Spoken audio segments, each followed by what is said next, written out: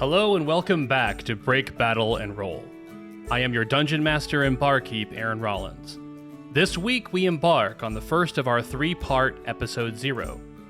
Introducing now, our Bard of a Feather, inspiring and clever, the Kenku with a voice of his own, in hope to be widely known.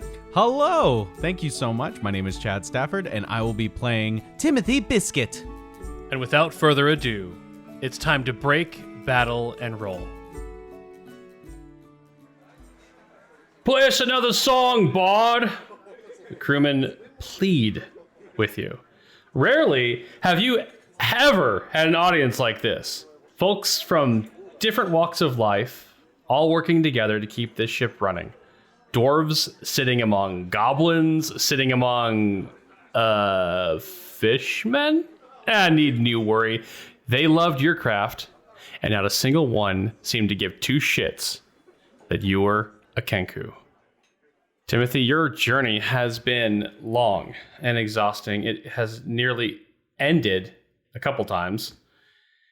And in your desperation to leave Rial, finding your kind to be truly despised by those that lived there, you weren't sure who to blame more for your fear. The people who shunned you so much, or your predecessor kin, whom left you the undeserved reputation. With little options left on the table, you had crafted a raft made from the fallen pines on Rial. Shoddy workmanship at best. It didn't matter, though. You would either die drowning or by the hands of those hateful Archipeladians who thought you'd stolen from them. You knew two things, though, as you pushed this wooden platform into the water. You didn't take anything from them, and he was neither here nor perhaps had ever been on Rial. So the only thing to be done is to move on.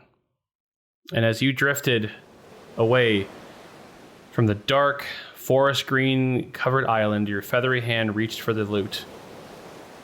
Knowing you were far enough away for anyone to hear you, you played a song, but that's not the song that you're playing right now. No, you're still thinking, how did you get here? How the hell did you end up in that fucking storm? That storm that was going to be your end, is what you believed. And maybe someone's up there looking after you. But when the waves crashed and you felt your grip loosening on that failing raft, lights broke the darkness. And the trade vessel, the Valkyrie, swept you up from your soon-to-be watery grave. They dried you off, they fed you, and they gave you the opportunity to bring a smile to their crew's face with this song. Timothy, what song are you playing for them right now? Judging by the audience, they might be a little bit rougher around the edges. They're certainly more energetic than the people that I'm used to, but at the same time, I've found myself waiting outside of the pub, because I certainly wasn't allowed in, but I would always listen and I would hear different travelers and their songs and all of the energy that was in the room. So I think of the most energetic, lively, upbeat song that I can think of, something that's so loud and boisterous it can drown out the sound of, clinging glass and people getting into a scuffle. It's so loud that it's the only thing that can be heard in the room. And for once, I don't feel small. I feel large. I feel that my wings could span across the room and I could fly just on this music alone. And maybe I can share that soaring feeling to everyone else in this room. It's the perfect song because just like you had to overpower the sound of conversation, the sound of clinking glass, here on the Valkyrie, you're having to play to drown out the sounds of the rigging, the waves crashing against the side of the ship. Everyone's cheering for you. They're cheering for you in the middle of your song. You haven't even finished singing yet.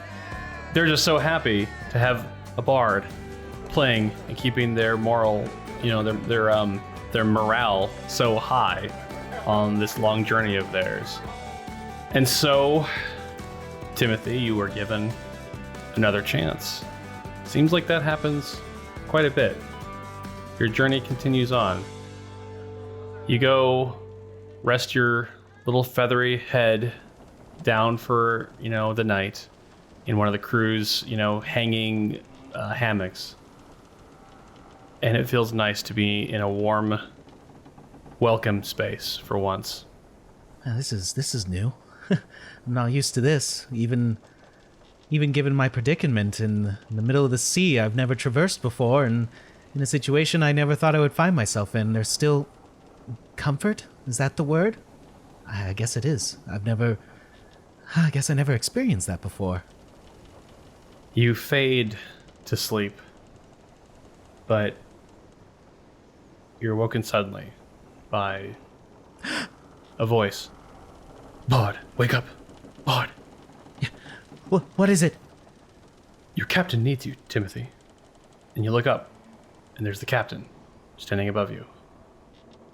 Come with me. I rub my eyes. Yes, of course. Right away. And I grab what I can. It's late, and most of the crew is sleeping, as the captain was whispering in your ear, and the waves have calmed a bit. The Valkyrie is slowly sailing through very thick fog. He brings you up on the deck, and he looks to you and says, Timothy, I've decided to give my bosun a break after a long shift fighting the storm. I thought I'd teach you a few things since you've been so gracious to us. Show you the way around a merchant ship like this. And he walks you over to the rigging and he starts explaining, this is how we trim our sails. This is how we raise and lower. And he starts walking you around and kind of giving you vague descriptions, not really looking for, real understanding, not really expecting you to be a tried and true crewmate, but he's being I'm friendly. attempting to jot down notes for Raft version 2.0. Definitely tie the logs tighter together next time. He shows you a rowboat that's attached to the side of the ship, and it makes you think, man, what if I had built a smaller raft and attached it to the raft that I had, and when that one began to fail, I could have just jumped off onto the smaller raft. As he explains, always have an exit plan. Yeah. Oh, what? These sticks, those would be great for actually maneuvering myself about instead of just willing the ocean to carry me further. Perhaps I should have had Timothy, some sort of steering mechanism. That's called the helm, and it would probably have given your raft a little bit more direction. It's really a pleasure to have you here on the ship with us. Thank you, Captain. Your kindness towards me is something I'm honestly unfamiliar with, and I am so appreciative of, not just saving my life, but giving me a moment of joy and purpose and playing for your crew. I respect all of you, and I well, not to get too sentimental, as I'm sure we just met each other, but I do appreciate all of your kindness and even showing me around this vessel and just the trust, I guess, more than anything else. Well, it is my pleasure, Timothy, and, I thought it'd be a little fun for you to help me out with our approach into the harbor. As you can see, we're stuck in this fog. He gestures around the ship, and you can see that it's very difficult to see anything. And he says, you see, as we approach, as a trading vessel, we have to signal that we are approaching. As usually in the early hours of the morning, fog will collect like this. So, if you wouldn't mind coming over here, I'll let you have the honor of doing that for us. And he takes you over to one of the cannons they actually have mounted on the side of the ship. And he goes, now don't worry about those. And he points at the actual barrel of cannonballs. He says, oh, we don't need those right now. I would certainly hope not. We just need one of these. And he okay. he points at another barrel that's full of these. They're like ceramic balls that are full of a flammable liquid, so that when they fire, they turn into a flare. These are flare balls, and we need to fire this to signal to the harbor and to the lighthouse that we are on approach.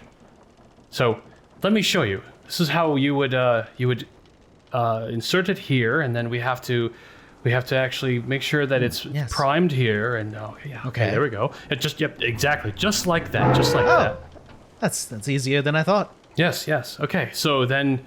All right, now we just need to make sure that we give enough arc to make sure it can clear the fog, because it doesn't do us any good if it doesn't. Maybe I should have aimed it a little bit higher. I think I'm pointing right at the water. Yes, just bring it up a little bit. That's a silly maneuver. Maybe a little bit more. Okay. Little bit more.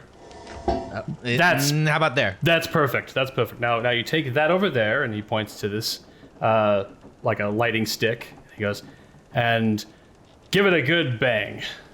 Just two dudes on a ship talking about their cannon. That's right.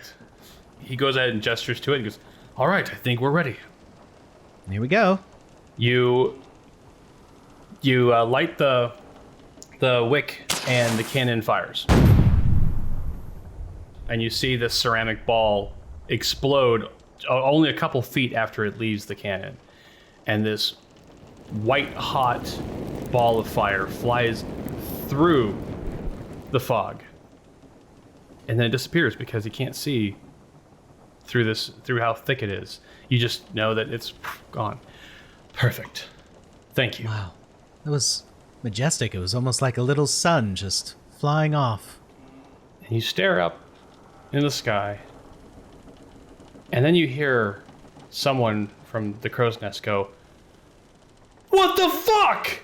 And then you hear panic. What? And there's feet scampering around. And you turn around, and the captain's not there anymore. Captain? Captain? What the hell are you doing? You see one of the crew members come up. Hey! What? Did he just fire the cannon? Yes, he did. I saw it. I was up there. What? What have you done? Yes. Hey! I was instructed to by the captain. He was just here. Oh, have you? Oh, where are you? Oh, well, let's just go ask the captain himself. And they turn around. Hey, Captain! Hey, anybody know where the captain is? Oh, yeah, he's asleep right now. Oh, no, never mind. He's awake. We're being very loud right now. Would you like him to come up to the deck? Yeah, I'd like him to come up here and come talk to the bard who says that he instructed him to fire the cannon. The captain walks onto the deck of the ship. He looks very upset, very tired. Was that one of my cannons that just went off? By your order, Captain, I swear it. You were just here present with me. You walked me through the entire process. You showed me the entire ship. We were I'm so confused. Yes, okay. By my orders. Raleigh. Yes, Captain. Do I walk in my sleep? No, Captain. Bard, Timothy, I believe you are Krekel's spy. And I will I'm not sorry, a what? stand for this. Tie him up. A spy? No, of course I wouldn't be a spy. I don't even know. Captain, we have a bigger problem. What is it? You hear a voice from up in the crow's nest, yelling down. Captain! He hit another ship with that flare ball. Captain, I assure you, I meant no harm. I meant no disrespect. You all have shown me great kindness. I would never take that for granted. I was simply following the order that was given to me. I was just trying to be helpful, I swear. Put him in the brig, please. I need to sort this out. And you are escorted down below decks, where the crew bind your hands. They bring all of your things, but they keep you in a corner. I'm sorry, mate. I did enjoy your music and all. It's a shame, but Captain's orders. No, I understand, and I appreciate you being as kind as you can be in this situation. Just whatever you do, just please put my loot down with care. It means the world to me. Yeah, of course. I wouldn't dream of it. And moments later, orders are given up on the deck. You can't hear them. You just know that the entire crew is uneasy.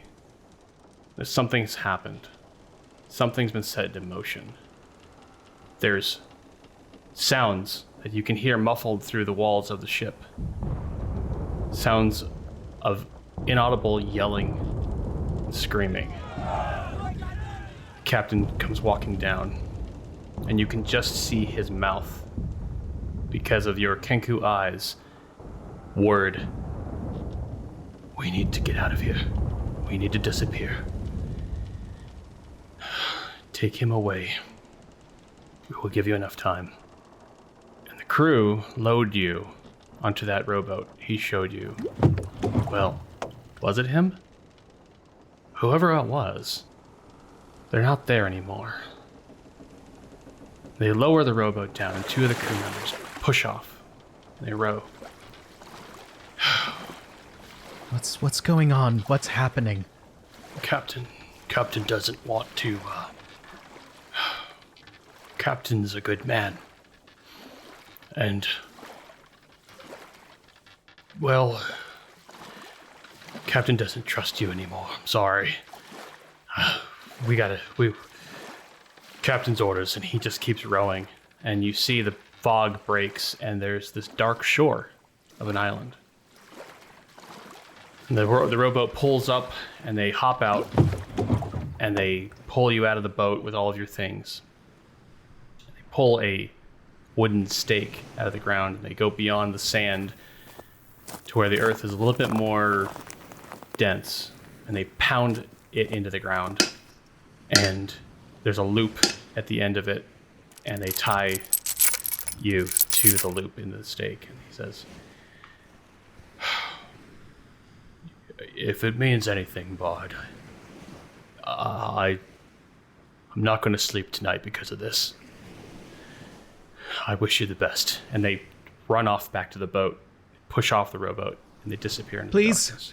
Please don't leave. I swear I didn't mean any harm. I don't even understand what happened. And once again, just as you felt your luck was on the rise, you find yourself in the middle of the night, tied to a stake on an island that you don't even know the name to. And that's where we end Timothy's session. What fate awaits our feathery musician? Will his luck continue this trend? Stay tuned for the continuation of Timothy's tale in episode 1. And with that, thank you for joining us for the first of our 3-part episode 0. We look forward to introducing our second character in next week's Break, Battle, and Roll.